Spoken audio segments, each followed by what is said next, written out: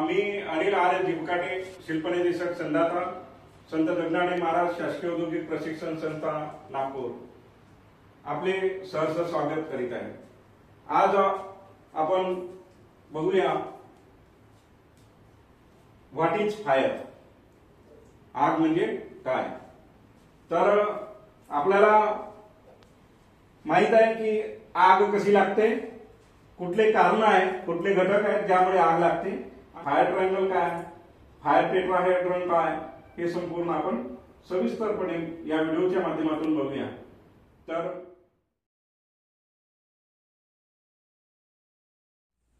आग लागण्यासाठी आवश्यक घटक कोणते? ऑक्सिजन, हीट, फ्युएल हे आणि चेन रिएक्शन हे 4 प्रमुख घटक आहेत आग लागण्यासाठी। फायर ट्रायंगल म्हणजे काय? ऑक्सिजन, हीट आणि फ्युएल यालाच फायर ट्रायंगल असे म्हणतात।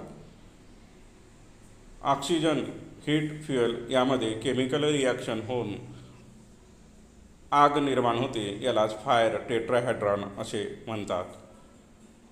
Fire tetrahedron. आग म्हणजे काय? आग ही एक रासायनिक अभिक्रिया आहे। इंधन आणि याला लागणारी हीट आणि ऑक्सिजन यामध्ये रासायनिक अभिक्रिया होत असताना प्रकाश आणि उष्णता निर्माण होते, यालाच आग असे म्हणतात।